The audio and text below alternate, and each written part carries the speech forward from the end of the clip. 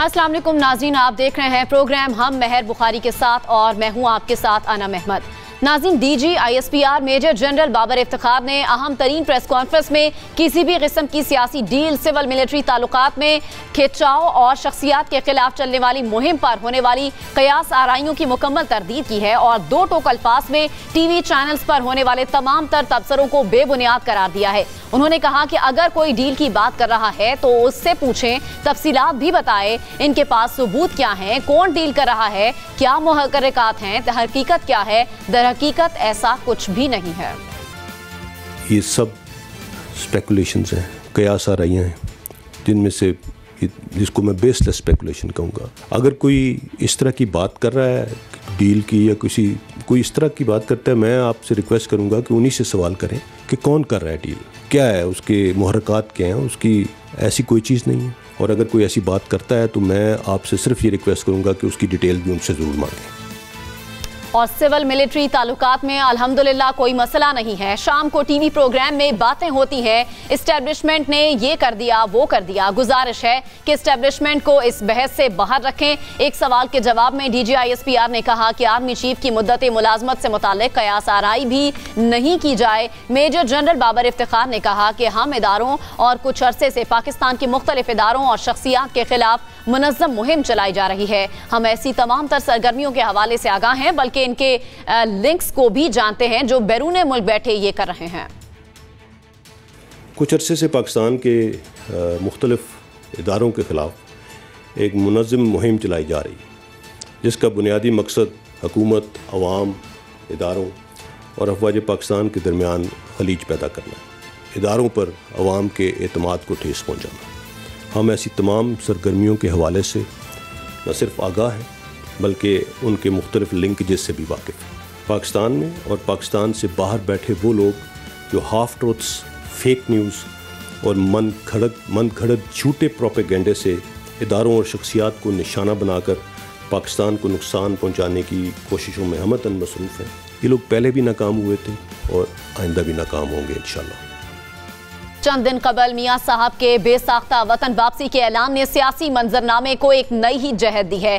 तमाम तर सियासी तज्जियों का हासिल वसूल ये था कि मियाँ साहब किसी सियासी डील के नतीजे में मुल्क वापस लौट रहे हैं। बल्दियाती इंतखाबात में तहरीक इंसाफ को होने वाली शिकस्त ने इन खबरों को मजीद हवा दी। मौलाना साहब काफी मुतमईन नजर आए कि अब हवाओं का रुख बदल रहा है। सियासी डील किसी मंजरनामे पर असरअंदाज अब तक नहीं हुई। अलबत्ता तहरीक इंसाफ ने के खिलाफ शुरू होने वाला फॉरेन फंडिंग का केस अपने अंजाम की तरफ बढ़ रहा है। गुज़श्ता रोज इलेक्शन कमीशन में होने वाली पब्लिक समात में स्क्रूटनी रिपोर्ट की ने कई राज अफशा किए हैं। गो के तहरीक इंसाफ इलेक्शन कमीशन से बारहा इस्तदा की स्क्रूटनी रिपोर्ट को पब्लिक न किया जाए, मगर आज वजीर आजम इमरान खान ने इलेक्शन कमीशन की जानिब से फंडिंग की जांच पड़ताल का खैर मकदम किया और बजरिया ट्वीट लिखा कि हमारे अकाउंट्स की जितनी ज्यादा जांच पड़ताल की जाएगी, कौम के लिए उतने ही हकायक की वजाहत सामने आएगी। उनका मुस्लिम लीग नून और पीपल्स पार्टी की फंडिंग पर इलेक्शन कमीशन की इसी तरह की जांच पड़ताल का मुंतजिर हूं, जिसके नतीजे में कौम को सियासी फंड रेजिंग और सरमायादारों के मफादात और एहसासात के बदले पैसे की भत्ताखोरी के दरमियान फर्क देखने को मिलेगा। जबकि अपोजिशन स्क्रूटनी रिपोर्ट को सियासी मंजरनामे की तब्दीली से ताबीर कर रही है। शहबाज शरीफ का कहना है कि ये रिपोर्ट इमरान खान पर संगीन फर्द जुर्म है। मौलाना फजलुर रहमान का कहना था कि कौम को बताया जाए मगरिब और मशरिक के किन अफराद और किन तंजीमों ने PTI को माली मदद देकर कौन कौन से मकासद हासिल किए। आपने कितने अकाउंट छुपाए हैं वो हिसाब दिखाया जाएगा। सारे सियासतदानों की करप्शन को इकट्ठा करके इमरान खान की करप्शन के 10वें 20वें हिस्से तक भी नहीं पहुंच सकती। PTI के दफ्तर के 4 मुलाजमीन को ये इख्तियार दिया गया कि वो अपने पर्सनल अकाउंट्स में पैसे ले सकें, कि जो डोनेशंस लोग PTI को देंगे, इन 4 मुलाजमीन को PTI ने इख्तियार दिया कि इनके पर्सनल अकाउंट में पैसे आ सकें। और अदालतें वजीर आजम को मुख्तलिफ मुकदमात में नोटिस जारी कर रही हैं। इलेक्शन कमीशन तहरीक इंसाफ के खिलाफ एक चार्जशीट बना चुका है। अपोजिशन एस्टेब्लिशमेंट गैर जानिबदारी से मुतमईन नजर आती है। सियासी बुलावों की पेशगोई क्यों हो रही है? क्या foreign funding case Tehreek Insaf के लिए पैनामा केस साबित हो सकता है? इसी पर आज हम प्रोग्राम में बात करेंगे। हमारे साथ मौजूद हैं राना तनवीर मुस्लिम लीग नून से और सदाकत अब्बासी पाकिस्तान तहरीक इंसाफ से। राना तनवीर साहब, सबसे पहले आप बताइएगा कि DGISPR major general Babar Iftikhar ने आज अहम तरीन प्रेस कॉन्फ्रेंस की है, जिसमें उन्होंने कहा है कि किसी किस्म की कोई डील नहीं हुई। सिविल मिलिट्री ताल्लुकात के माबैन खिंचाव और शख्सियात के खिलाफ चलने वाली मुहिम पर भी होने वाली कयास आराइयों की उन्होंने मुकम्मल तरदीद की है। क्या समझते हैं आप? देखिए जो आपने बात की है पहले डील वाली, तो मेरा हाल तसलसल के साथ मैं पिछले दिनों में जितने भी काफ़ी हफ्तों से जब से ये बात चली है टीवी प्रोग्राम में बारहा कह चुका हूँ कि ऐसी कोई चीज़ नहीं है, ये बेसलेस चीज़ है। डील हम बिल्कुल डील पे यकीन नहीं रखते, ना कोई डील हम कर रहे हैं। मियां नवाज शरीफ साहब ने जिस प्रोग्राम पे जदोजहद की है वो प्रोग्राम आपके सामने है कि जो सिविलियन सुप्रीमेसी की बात हम करते थे या वोट को इज्जत दो की बात करते थे, इन और कानून की पासदारी की बात करते थे या एक साफ शफाफ इलेक्शन की बात करते थे हमारी पार्टी, और उसके लिए हमने बड़ी तकलीफ बर्दाश्त की। हमने अपनी हुकूमत जो थी एक लेजिटिमेट हुकूमत, एक लेजिटिमेट प्राइम मिनिस्टर जो था तीसरी दफ़ा का प्राइम मिनिस्टर, वो भी उसको भी डिस्क्वालीफाई किया गया एक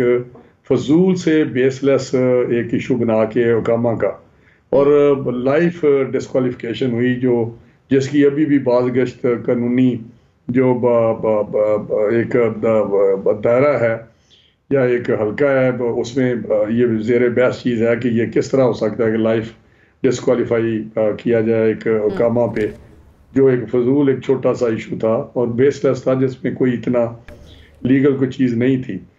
तो उसको उस पर वो भी प्राइम मिनिस्टरशिप भी मियां नवाज शरीफ की उस सिलसिले में गई उस सोच की वजह से कि जो उन्होंने एक सोच अख्तियार की थी या नज़रिया एक था उनका। तो ये तो मैं बार बार कह चुका हूँ, मैंने रात भी कहा है कि कोई ऐसी डील नहीं है। हम क्यों डील करेंगे?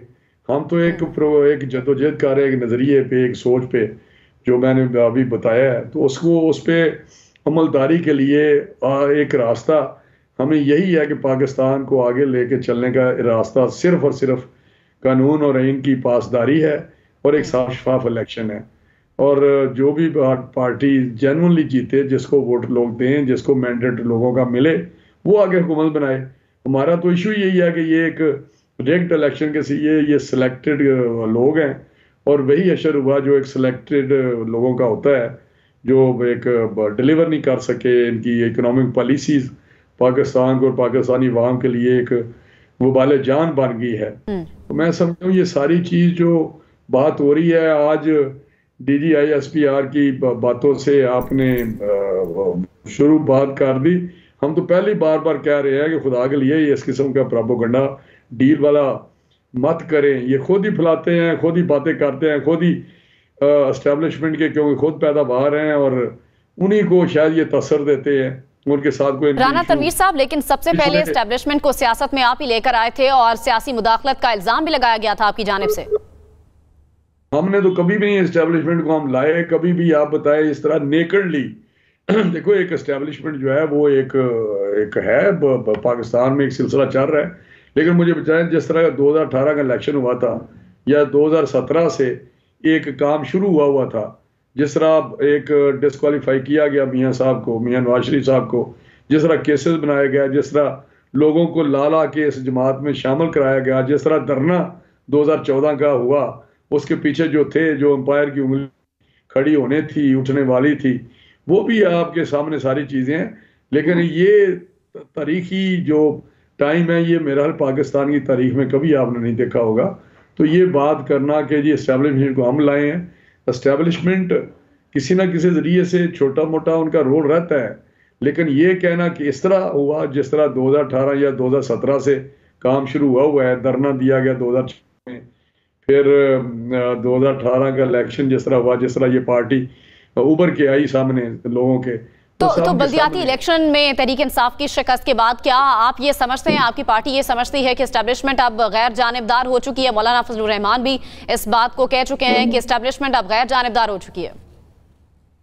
नहीं, मैं आपको बताऊं, मैंने तो हमेशा कहा कि एस्टेब्लिशमेंट या कोई भी कुव्वत अगर इस पीटीआई या इमरान खान के साथ खड़ी भी हो तो मैं आपको यकीन से कहता हूं कि इंदा जनरल इलेक्शन में रिजल्ट वही आएगा जो अवाम जिसको मुंतखब करना चाहेंगे, क्योंकि अब अवेयरनेस इतनी आ गई है, इतना शऊर आ गया है लोगों को 2018 के इलेक्शन के बाद बहुत सारी चीजों का पता चल गया है। सदाकत अब्बासी साहब, आप ये बताइएगा, आज DGISPR की जो प्रेस कॉन्फ्रेंस है उसमें उन्होंने बड़ा वाज़े अल्फाज में कहा है कि एस्टेब्लिशमेंट को इन मामलात में ना घसीटा जाए और कोई डील नहीं हो रही। अब तहरीक इंसाफ अब भी मानती है कि नवाज शरीफ की किसी सियासी डील के तहत वापस आ रहे हैं क्या? जी बहुत शुक्रिया। 3-4 पहलू हैं। एक तो यह है कि नवाज शरीफ पैदावार इस्टेब्लिशमेंट के हैं और इससे पहले भी वो 4-5 दफा डीलें भी ले चुके हैं और NRO भी ले चुके हैं, इसलिए उनके बारे में ये शक का इजहार करना तो बिल्कुल ऐसे ही है जिस तरह हम सुबह उठ के सूरज निकलता है, इस तरह नवाज शरीफ साहब डील करने और डीलों के तो आदी हैं। रही बात ये कि इसका कैसे ये पाकिस्तान, अभी लेटली जो डिस्कशन हुई उसकी बुनियाद मुस्लिम लीग नून के 2 लोग हैं। एक मियां जावेद लतीफ साहब ये कहना शुरू हो गए कि नवाज शरीफ वापस आ रहे हैं, ना सिर्फ वापस आ रहे हैं बल्कि इसी कानून के तहत वो वजीर आजम बन रहे हैं। तो यहाँ से एक बात समझने वाले को आई कि एक आदमी जिसको सुप्रीम कोर्ट ने सजा दे दी है और एक केस में उनको नैब की अदालत ने सजा दे दी है और हाई कोर्ट में उनकी अपील रिजेक्ट हो चुकी है, वो जमानत पे इलाज के लिए गए थे, वो वापस आएंगे तो कैसे उनका सब कुछ खत्म हो जाएगा? उसके बाद दूसरे इनके रहनुमा है सरदार अयाज सादिक साहब, उन्होंने कहा कि जी नवाज शरीफ, ये इंडिया दिया लोगों को, ये इंप्रेशन दिया कि नवाज शरीफ आ भी रहे हैं और पत्नी छा भी रहे। तो यहां से एक बात निकलती है, क्योंकि इससे पहले भी इन्होंने जब NROs लिए उस NROs में इनके केसेस भी माफ हुए और इन्होंने भी जब ये सऊदी अरब भी गए तो ये कहते रहे कि हमारी कोई डील नहीं है, कोई डील नहीं है। बिलाखिर साद हरीरी को आके वो कागज देना पड़ा कि ये डील करके यहां से गए थे। यानी आप कह रहे हैं कोई शक नहीं है, यकीन है, तो फिर आप क्या समझते हैं? एक तरफ तहरीक इंसाफ ये कहती है, हुकूमत आपकी ये कहती है कि एस्टेब्लिशमेंट और हुकूमत एक पेज पर हैं, फौज और हुकूमत एक पेज पर हैं, तो आप फिर ये कहना चाह रहे हैं कि एस्टेब्लिशमेंट दोनों जानिब खेल रही है? नहीं, मैं तो इनकी बात कह रहा हूं जिससे ये डिस्कशन हुई है। मैं समझता हूं कि इमरान खान साहब के होते हुए किसी भी करप्ट आदमी को डील नहीं मिल सकती, ये तो बात तय है। उसने छोटी करप्शन की है, बड़ी की है, और हमें पता है कि ये डेस्परेट हो रहे हैं। इनका शहबाज साहब की जो केस है जिसमें 16 अरब रुपए की मनी लॉन्ड्रिंग के वाजे सबूत और वाजे बैंकिंग ट्रांजैक्शन इनके मुलाजमों के अकाउंटों में, एक 8-9 हज़ार रुपए का जो मुलाजिम है उसके अकाउंट में 4 अरब रुपए आया हुआ है। इनको पता है कि ये तहरीर दीवार पर लिखी हुई है कि इनको सजा होनी है, लिहाजा ये इस तरह के इंप्रेशन दे के अपने वोटर को, अपने सपोर्टर को अपने साथ इंटैक्ट रख रहे हैं। इनकी पार्टी जो कि टूट रही है, आपस में मरियम साहिबा और शहबाज साहब की लड़ाई है खानदान की, ये उनको इंटैक्ट रखने के लिए ये इंप्रेशन दे रहे हैं कि शायद इनकी कहीं डील हो गई है और ये एकदम से इक़्तिदार में आ रहे हैं। वरना जिस हिसाब से ये अभी राणा साहब कह रहे थे कि 2018 में कोई बेईमानी हुई, भाई हमने 2013 में इतना बड़ा वोट लिया, 2013 से लेके 2018 तक ये पार्टी मैदान अमल में रही और 2 पार्टियों के निजाम को ब्रेक करके इतने बड़े बड़े पाकिस्तान के हर कोने में जलसे करके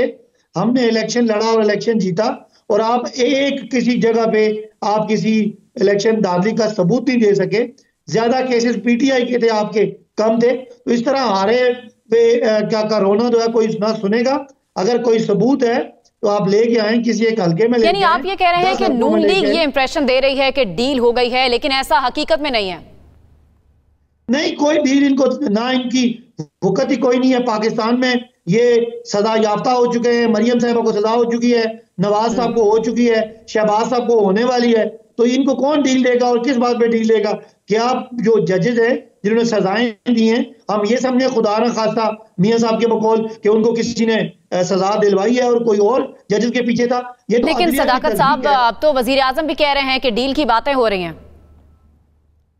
देखना, डील की बातें तो हो रही हैं, ये इंप्रेशन तो दे रहे हैं। ये अपना गिरता हुआ वोट बैंक को संभालने के लिए और अपने जो कारकुन इनको छोड़ के जा रहे हैं उससे उनको बचाने के लिए ये इंप्रेशन दे रहे हैं कि एक दफा फिर एक साद हरीरी आएगा और नवाज शरीफ का कोई ना कोई मुआहदा कर देगा। तो इमरान खान बार बार कहते हैं कि वो कहते हैं मुझे मौत कबूल है, मैं इनको एनआरओ नहीं दूंगा। वो एनआरओ यही है जिसका ये शोशा छोड़ रहे हैं, और ये सिर्फ अपनी गिरती हुई साख और टूटती हुई पार्टी को बचाने के लिए कर रहे हैं। अदरवाइज ना कोई डील है, ना इनको कोई डील करने देगा। सही है। राना तनवीर साहब, आप ही बता दीजिए, अगर फौज इनकार कर रही है डील से, ऐसी कोई बात नहीं है, तो नून लीग से डील आखिर कर कौन रहा है? तो बीबी मैंने कहा है कि कोई डील, मैं तो कह रहा हूं कि मुसलसल आपके चैनल पे हम 2-3 हफ्तों से बता रहे हैं कि ये जो शोशा छोड़ रहे हैं ये हमारी उस सोच को, उस नजरिए को डैमेज करने के लिए, या ये कि हम कंप्रोमाइज शायद कर गए अपने नजरिए पे, ये क्योंकि ये वीक, बड़े पॉलिटिकली वीक लोग हैं, इनके पास कोई वोट नहीं है। जब ये देखते हैं कि इलेक्शन हम हार गए हैं KPK में बल्दियात का, जब ये देखें ज़िमनी इलेक्शन हम हार गए हैं, तो मैं समझता हूं कि ये समझते हैं कि इनकी हकीकत खुल रही है लोगों के सामने, लिहाजा वो उसको ये कवर करने के लिए ये कहते हैं कि जी देखें ये तो जो वोट को इज्जत दो का नारा है, या ये बात कर रहे हैं, असल में बात तो ये डील की होनी है जो ये डील हो रही है। हम तो बार बार कहते हैं कि हम डील क्यों करेंगे, हमने डील करनी होती तो आज हमारी हुकूमत होती, ये 5 साल भी मियां नवाज शरीफ ही प्राइम मिनिस्टर होते। मुझे तो समझ नहीं आती कि इनके एक फार्मर इंटीरियर वजीर रहे हैं ब्रिगेडियर जावेद शाह, उन्होंने कहा था कि अगर मियां साहब इस नजरिए की बात ना करते तो आज भी वो प्राइम मिनिस्टर होते, उनकी हुकूमत होती। ये तो रिकॉर्ड है उनका इंटरव्यू आप लोगों के चैनलों पे। तो मैं समझता हूं कि ये बात करना एक्चुअली इनका खौफ है, जो ये उस सोच को से डरे हुए हैं, जो मियां नवाज शरीफ साहब का नजरिया है कि लोग उनके साथ है, कौम उनके साथ है, कौम खड़ी है उनके साथ। कौम तो अपने वोट का वो इज्जत चाहती है, वोट तो अपने वोट को सही उस हकीकत में देखना चाहती है कि वोट जिसको देते हैं उसी का निकलता है। तो ये कहना अस्तागत अब्बासी साहब के कहने से तो कुछ नहीं होगा कि 2018 में कुछ नहीं हुआ। मैं ये कहते थे जी हम सारे हल्के खोल देंगे, मैंने इनको असम्बली में टीवी चैनल पे एक हल्का कहा था सारे छोड़े एक ही खोल दें। ठीक, मैं आज भी कहता हूँ NA 119 खोल दें, एक हल्का है तो बस समझ आ जाएगी कि वहां हुआ क्या है। कमाल करते हैं, इस तरह की बातें ना करें, सारी दुनिया को पता है। अब बल्दियात के इलेक्शन आने वाले हैं, KPK में हो रहे हैं, पंजाब में भी आने वाले, पता चल जाएगा कल खानेवाल में क्या हुआ है। आप बताएं, इनकी गवर्नेंस, लोग तो जोड़ियां ठाठा बददुआएं दे रहे हैं इनको, इनकी गवर्नेंस, इनकी पॉलिसी जो है। ठीक है, आपका पॉइंट आ गया राना तनवीर साहब।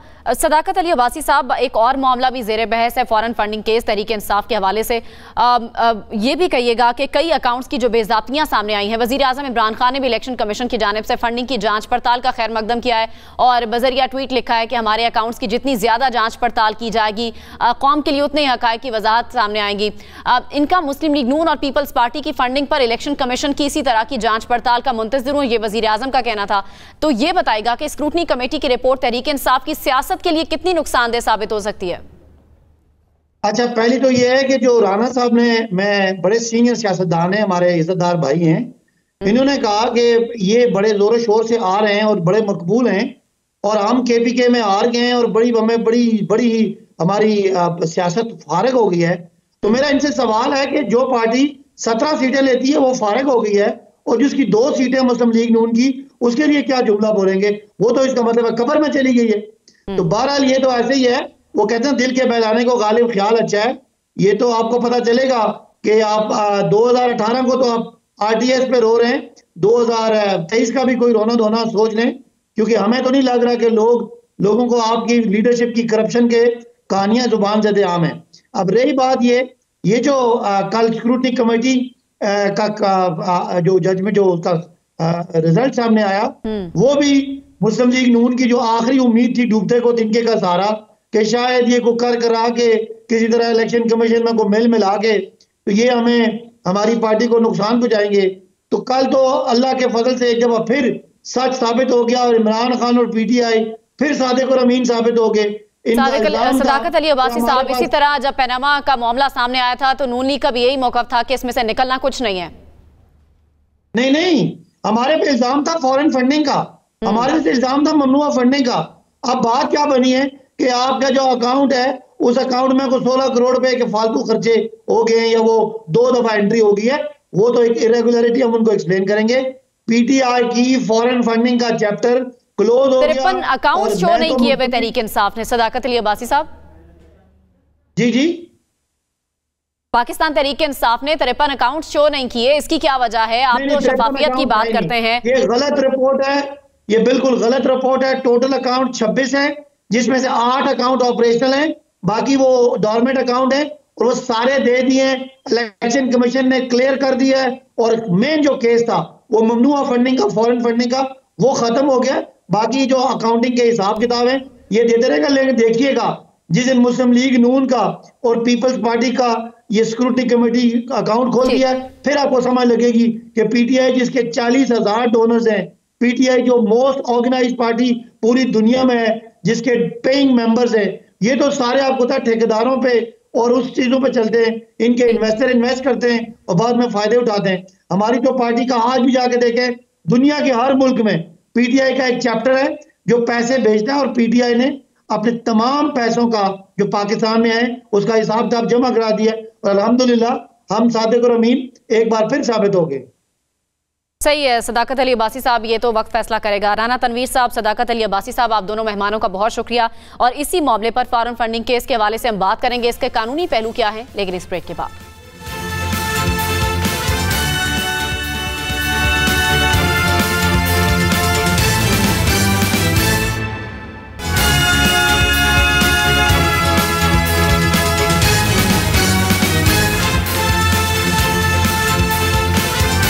वेलकम बैक नाज़रीन, हम बात करेंगे फॉरेन फंडिंग केस से मुतालिक इसके कानूनी पहलू क्या हैं। इसी पर बात करने के लिए हमें ज्वाइन किया है साबिक secretary election commission Kanwar Dilshad साहब ने।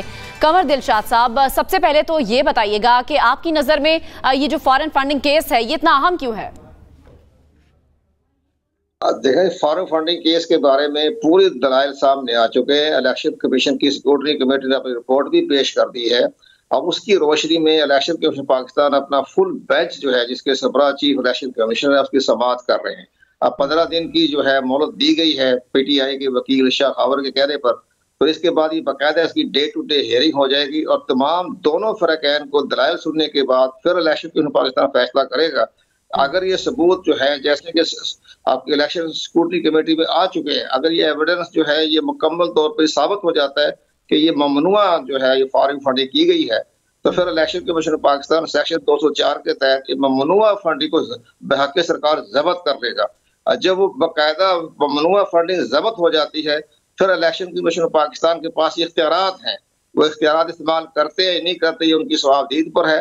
तो फिर वो सेक्शन 215 के तहत तहरीक इंसाफ का जो सिंबल है बैट जो है वो उसके सिंगल प्लस इंतखाबी निशान जो है वो वापस लिया जा सकता है। यानी सिंबल जो है वो कैंसिल कर दिया करने की ये इख्तियारात इलेक्शन कमीशन पाकिस्तान के पास है कि जिस पार्टी का फंड ममनुआ फंड जो है वो जब्त हो जाता है तो उस पार्टी का सिंबल भी इलेक्शन कमीशन पाकिस्तान वापस ले सकता है। तो ये तमाम मामला, लेकिन उसके लिए बड़ी अदालती कार्रवाई है, बहुत लंबा चौड़ा उसका प्रोसीजर, कोई आसान काम नहीं है कि एक एग्जीक्यूटिव ऑर्डर पास कर दे और सिंबल वापस ले लें। उसके लिए बाकायदा उस पार्टी को एक नोटिस जाएगा, उनको दलाइल सुने जाएंगे, शौकात नोटिस दिया जाएगा। इसके बाद जाके सिंबल वापस लेने के लिए इलेक्शन कमीशन अपने इख्तियारात को इस्तेमाल करेगा। फिर इसके बाद इलेक्शन कमीशन के फैसले के बाद फिर उस सुप्रीम कोर्ट ऑफ पाकिस्तान में जाने के मुकम्मल तौर पर आईनी और कानूनी तौर पर रास्ता खुला हुआ है जिस पार्टी के खिलाफ भी फैसला जाए। तो ये एक बड़ा लंबा प्रोसीजर है, लेकिन सियासी तौर पर तहरीक इंसाफ को नुकसान ये पहुंचेगा कि जब उनका ममनुआ फंडिंग जब्त हो जाएगा तो पार्टी की साख कमजोर हो जाएगी। और लेकिन इलेक्शन कमीशन के इख्तियारात सिर्फ इतने दो ही हैं। किसी पार्टी को इलेक्शन कमीशन कालदम करार नहीं दे सकता, ये इख्तियारात नहीं है, ये वफाकी हुकूमत के इख्तियारात हैं। तो किसी पार्टी को कलदम अगर करार नहीं दिया जा सकता और आप जिस तरह कह रहे हैं कि तहरीक इंसाफ की सियासत भी डैमेज हो सकती है, तो क्या वजीर आजम इमरान खान भी नाअहल हो सकते हैं? नहीं, प्राइम मिनिस्टर साहब को कोई असर नहीं पड़ेगा। देखो, प्राइम मिनिस्टर साहब ने जो इंतखाबी तौर पर जो अपना पार्टी के फंड के बारे में जो चार्टर्ड अकाउंटेंट के जरिए जो अपना फंड जमा करवाए गए हैं उस पर दस्तखत की है, उन्होंने अपनी तस्दीक की है, हल्फिया बयान नहीं दिया।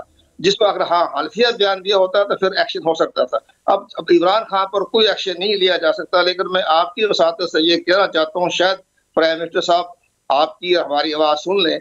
इनके जो चार्टर्ड अकाउंटेंट थे उन्होंने प्राइम मिनिस्टर साहब को अंधेरे में रखा चार्टर्ड अकाउंटेंट की गलती, चार्टर्ड अकाउंटेंट की अदम दिलचस्पी, चार्टर्ड अकाउंटेंट की जो है बाकायदा तौर पर उसने इंतहाई लापरवाही का मुजाहरा करके ये कागजात जमा करवाए और दस्तखत भी ऐसे कर दिए और डेट भी नहीं डाली। यानी 5 साल तक उसी चार्टर्ड अकाउंटेंट ने जो रिपोर्ट पेश की इलेक्शन कमीशन पाकिस्तान में 2008 से लेकर 2013 तक वही सेम रिपोर्ट, यानी कोई तब्दीली भी नहीं की। ये सारा जो गलती की गई है, अदम दिलचस्पी की गई है, ये चार्टर्ड अकाउंटेंट ने की है।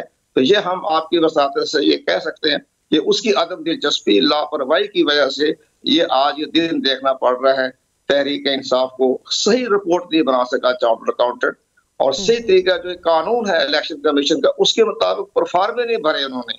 वो एक लापरवाही में जो है रिपोर्ट पेश कर दी, जो आज जो है तहरीक इंसाफ को इंतहाई 7 साल से तकलीफ भी हो रही है, परेशानियां भी हो रही हैं। कंवर साहब, 3 जुलाई 2018 को स्क्रूटनी कमेटी ने स्टेट बैंक को खत लिखा कि 2009 से 2013 तक फॉरेन फंडिंग की तफसीलात इलेक्शन कमीशन में जमा करवाई जाएं, जिसके बाद 28 अकाउंट्स इलेक्शन कमीशन को दिए गए। तहरीक इंसाफ ने एक पेपर भी इलेक्शन कमीशन में जमा नहीं कराया। तो स्क्रूटनी रिपोर्ट की आपकी नजर में अहमियत क्या है? फिर इसकी बड़ी अहमियत है, दर इतनी बड़ी अहमियत है। 250-300 पेज की रिपोर्ट है और उसमें तमाम दलाइल दे दिए। उन्होंने इतना काम किया है जिसने कि जो उनमें वो भी 256 ऐसी कंपनियां हैं जिन्होंने तहरीक इंसाफ को फंडिंग दी, और वो 256 कंपनियां जो है वो गैर मुल्की कंपनियां हैं। तो जो गैर मुल्की कंपनी तो किसी पार्टी को फंड देने की मजाज ही नहीं रखती, वो तो ममनुआ में आ जाती है।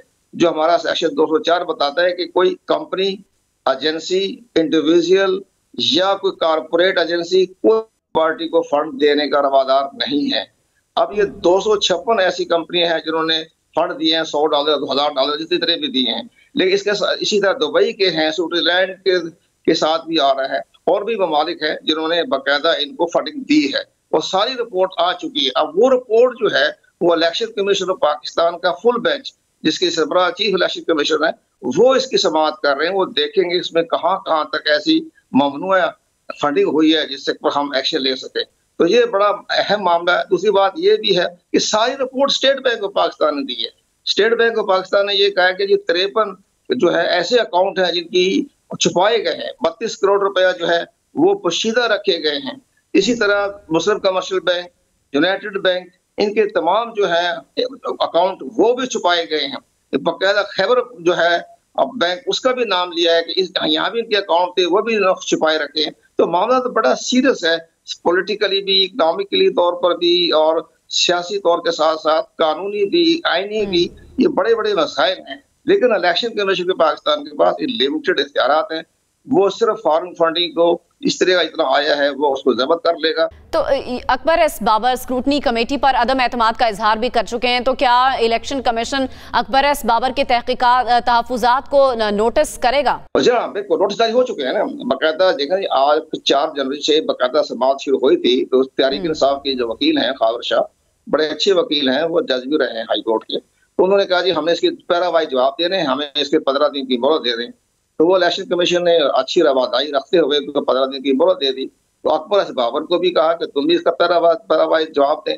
अब दोनों जो है अपने जवाब देंगे। के बाद 15 दिन के बाद जो समाअत होगी तो हमारे इतला के मुताबिक वो डे टू डे हियरिंग होगी, और फरवरी के दूसरे हफ्ते तक इसके सामने इलेक्शन कमीशन का फैसला सामने आ जाएगा। इस सारे 15 फरवरी से पहले सारे मामला तय हो जाएंगे। ये इसके बाद डे टू डे हियरिंग होनी है। कोई अल्तवा नहीं होगी, कोई किसी बारे में नहीं रखा जाएगा। लेकिन हमारे जो वज़रा जो हैं वो भी वजीर आजम को गलत रास्ता दिखा रहे हैं। अब ये बता रहे हैं कि जी आपने मुस्लिम लीग का शुरू कर दें, पीपल पार्टी का शुरू कर दें। आपको कहने की क्या जरूरत है? इलेक्शन कमीशन तो खुद उनके खिलाफ इंक्वायरियां कर रहे हैं। स्क्रूटनी कमेटी उनको भी नोटिस दिए हुए हैं। आप अपने हालात को देखें, अपना जवाब दें, दलाइल दें, मुतअद्दिद तरीके जवाब दें, सॉलिड सबूत पेश कर दें कि हमने कोई फॉरेन फंडिंग नहीं दी। तो आप दूसरों के मामले में क्यों इस कदर ज्यादा आवाम को गुमराह कर रहे हैं? तो अपना देखें, आपकी किस हालत में खड़े हैं। आपको स्टेट बैंक ने कह दिया कि आपने हक़ाइक़ छुपाए हैं। अब इलेक्शन कमीशन पाकिस्तान चाहे इन हक़ाइक़ छुपाने पर भी एक्शन ले सकता है। वो उसके पास भी इख्तियारात हैं। हक़ाइक़ छुपाना भी जुर्म है। उसमें बाकायदा पार्टी पर असर अंदाज हो जाएगा हक़ाइक़ छुपाना, जो स्टेट बैंक ऑफ पाकिस्तान ने कहा है। एक तो फॉरेन फंडिंग का आ गया मामला, और दूसरा हक़ाइक़ छुपाने। दोनों मुकदमे इलेक्शन कमीशन के पास इख्तियारात है, वो एक्शन ले सकता है वो। और हक़ाइक़ छुपाना जुर्म है, 3 साल की सजा हो जाती है पार्टी के मेम्बरान को भी जिन्होंने हक़ाइक़ छुपाए हैं। ये सारी चीजें उसमें है, कानून में है, कानून इन्होंने बनाया है, इलेक्शन एक्ट नहीं कंवर साहब, एक और कानूनी पहलू भी है, इस पर जरा रोशनी डालिएगा। इलेक्शन कमीशन का जो फैसला है, सुप्रीम कोर्ट या किसी और फोरम पर क्या ये चैलेंज हो सकता है? जब इलेक्शन कमीशन पाकिस्तान अपना फैसला सुना देगा तो फिर सुप्रीम कोर्ट ऑफ पाकिस्तान में ये चैलेंज हो सकता है। बाकायदा 30 दिन के अंदर अंदर वो अपना फैसला अपने अपील कर सकते हैं। तो वहां पर अकबर असद बाबर भी जाएगी, तहरीक इंसाफ भी जाएगी, फिर और बाकी सियासी जमातें अगर पार्टी बनना चाहें तो वो भी जा सकती है।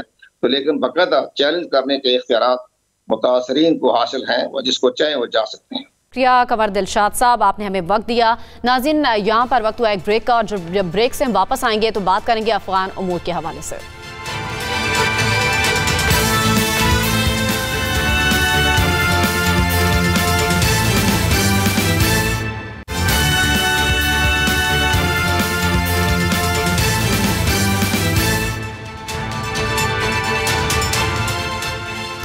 पाक अफगान बॉर्डर पर बाढ़ मैनेजमेंट के तहत बाढ़ लगाने का मकसद लोगों को तकसीम करना नहीं बल्कि दोनों ममालिक की सरहदों और लोगों को महफूज बनाना है। गुज़श्ता 2 हफ्तों के दौरान तालिबान की जानिब से वीडियो सामने आने के बाद पाक फौज की जानिब से यह पहला बयान आज DGISPR major general Babar Iftikhar ने प्रेस कॉन्फ्रेंस करते हुए कहा। बॉर्डर मैनेजमेंट के तहत पाक अफगान बैनुल-अक़वामी सरहद पे बाढ़ लगाने का काम तकरीबन 94% मुकम्मल हो चुका है। इसका मकसद लोगों को तकसीम करना नहीं बल्कि उन्हें महफूज बनाना है। इस बाढ़ के लगाने में हमारे शहदा का खून शामिल है। यमन की बाढ़ है, ये मुकम्मल होगी और इंशाल्लाह कायम रहेगी।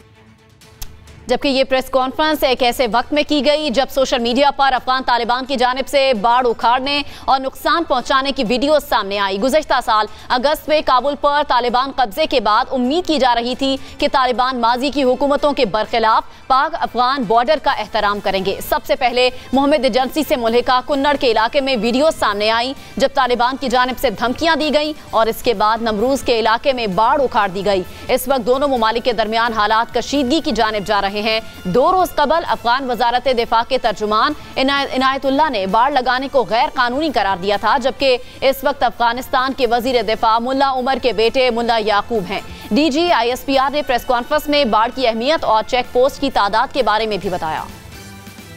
सन 2021 में शुमाली वज़ीरिस्तान में एक अहम ऑपरेशन दवातोई किया गया।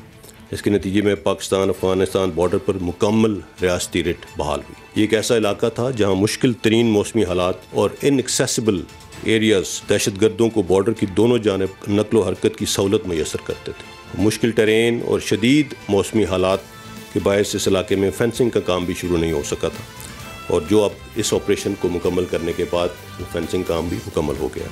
पाक अफगान सरहद पर पाकिस्तान की 1200 से ज़ायद बॉर्डर पोस्ट हैं, जबकि सरहद के दूसरी जानिब अभी तक सिर्फ 377 पोस्ट कायम हैं।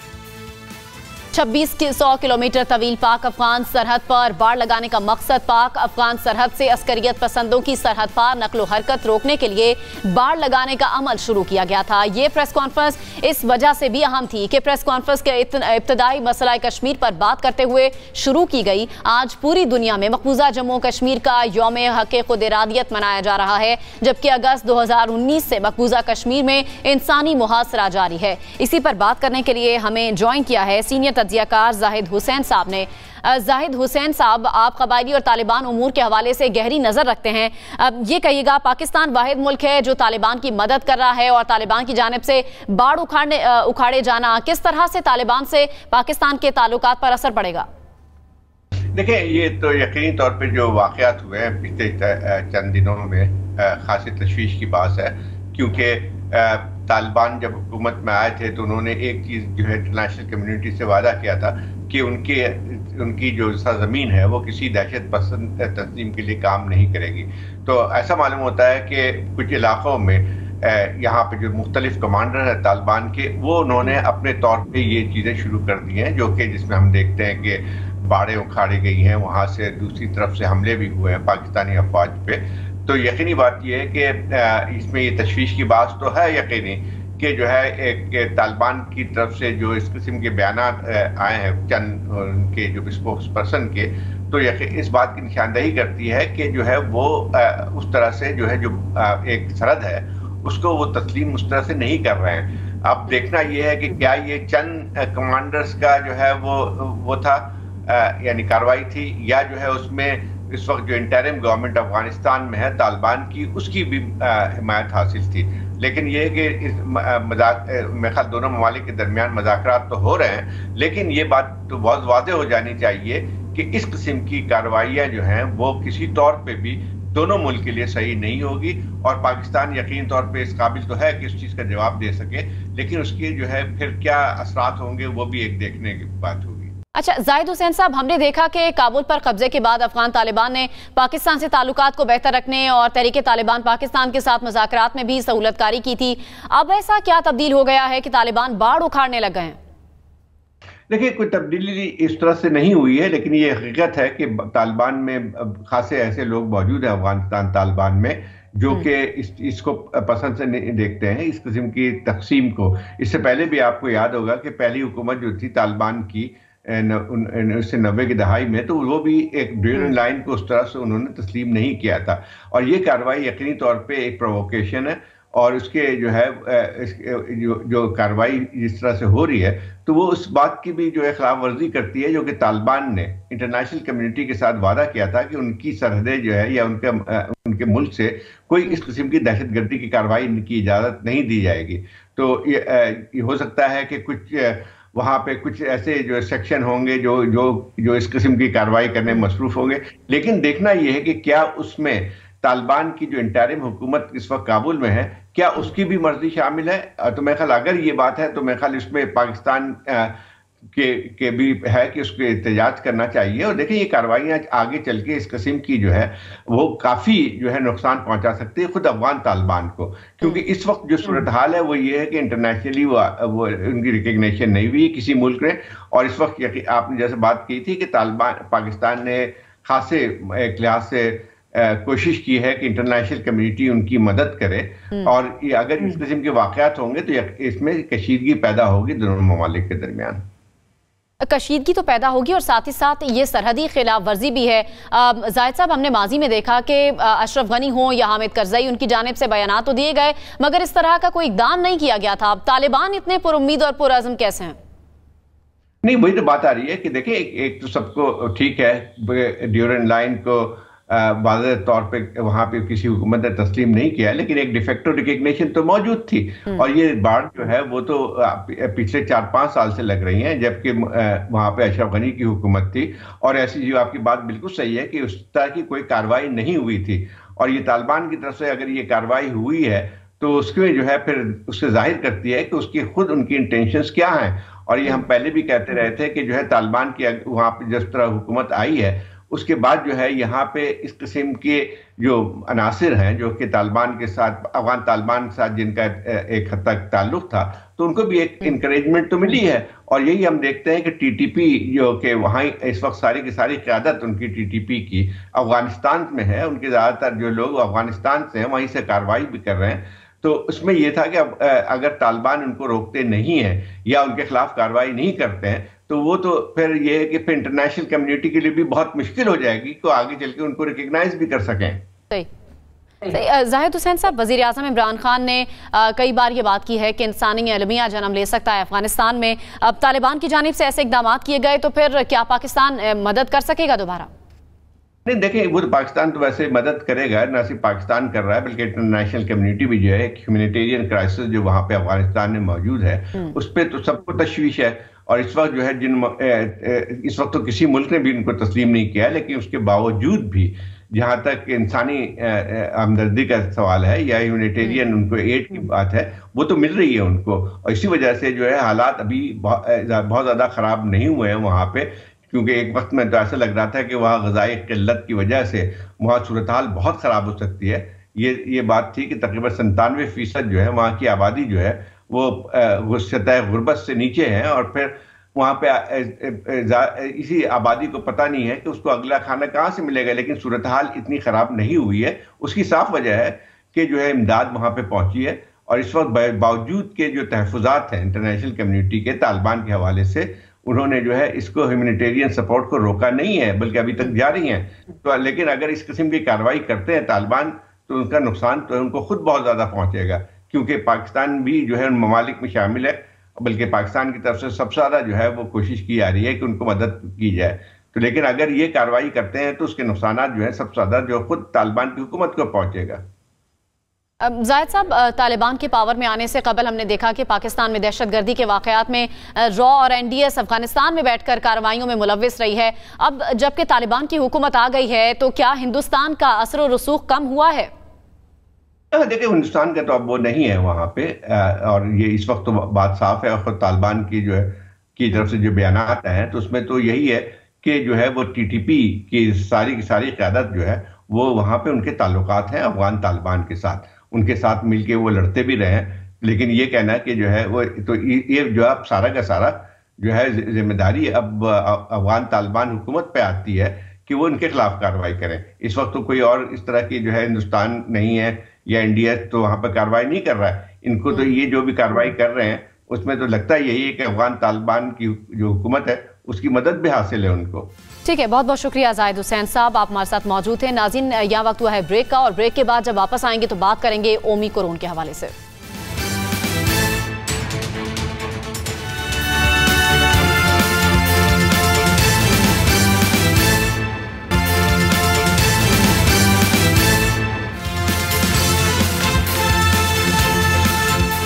कोरोना के नए वेरिएंट ओमिक्रॉन ने पाकिस्तान में खतरे की घंटी बजा दी। गुज़श्ता 24 घंटों में पाकिस्तान में ओमिक्रॉन के फैलाव में खौफनाक हद तक इजाफा देखने में आया है। कराची, लाहौर और इस्लामाबाद में भी ओमिक्रॉन केसेस की तादाद में तेजी से इजाफा हो रहा है। वफाकी दारुल हुकूमत इस्लामाबाद में मजीद 27 अफराद में ओमिक्रॉन की तस्दीक हुई है, जिसके बाद इस्लामाबाद में ओमिक्रॉन से मुतासर अफराद की तादाद 141 तक जा पहुंची है। इसी तरह लाहौर में गुज़श्ता 24 घंटों में ओमिक्रॉन से मजीद 20 अफराद मुतासिर हुए हैं, जिसके बाद लाहौर में ओमिक्रॉन केसेस की तादाद बढ़कर 170 तक जा पहुंची है। सूबा पंजाब में मजमूई तौर पर 177 अफराद ओमिक्रॉन का शिकार हो चुके हैं और इनमें तेजी से इजाफा भी देखने में आ रहा है। सबसे खतरनाक सूरत हाल कराची में देखने में आ रही है। महकमे सेहत सिंध ने कराची में मजीद 23 अफराद में ओमिक्रॉन वायरस की तस्दीक की है, जिसके बाद सिंध में ओमिक्रॉन केसेस की तादाद 200 से तजावुज कर गई। कराची में एक दिन में मुस्बत केसेस की शरह 6 से बढ़कर 9% तक जा पहुंची है।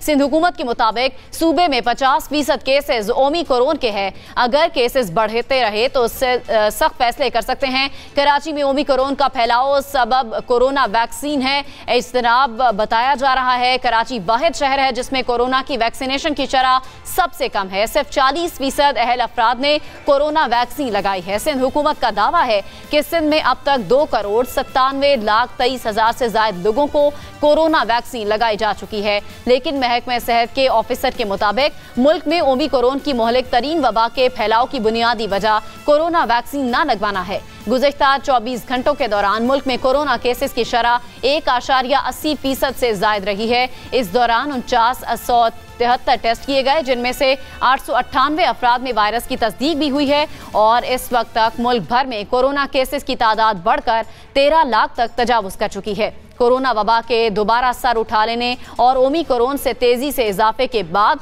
National command and operation centre ने सख्त इकदाम लेने का फैसला किया है। इस हवाले से सूबों को वैक्सीनेशन के अमल को तेज करने और मुकर्ररा अहदाफ को जल्द अज जल्द मुकम्मल करने की हिदायत भी जारी की गई हैं। आलमी इदारा सेहत ने भी खबरदार किया है कि ओमिक्रॉन और डेल्टा किस्म के फैलाव से दुनिया भर में सेहत का निज़ाम और बहरान का शिकार हो सकता है। आलमी इदारा सेहत का कहना है कि डेल्टा और ओमिक्रॉन के मोहलिक तरीन वायरस की वजह से शोबा सेहत को दोहरे खतरात लाहक हैं। मुतासरा अफराद की तादाद में रिकॉर्ड इजाफा हो सकता है और इसके सबब अस्पतालों में मरीजों की तादाद और अमवात में इजाफा हो सकता है। आलमी इदारा सेहत ने डेल्टा और ओमिक्रॉन के केसेस में तेजी से इजाफे पर शदीद तशवीश का इजहार करते हुए कहा कि इस खौफनाक इजाफे से मुतासरा अफराद का नया सुनामी आने का अंदेशा है और ये सेहत के निज़ाम को मजीद तबाही से दो चार कर देगा। आलमी इदारा सेहत का यह भी कहना है कि जिन लोगों ने कोरोना वैक्सीन नहीं लगवाई उनकी जिंदगी को सबसे ज्यादा खतरात लाहक हैं। माहिरीन का कहना है कि इस मोहलिक तरीन वायरस से बचाव के लिए फाइजर, एस्ट्राजेनेका और मॉडर्ना वैक्सीन के बूस्टर शॉट्स काफी मौसर साबित हो सकते हैं।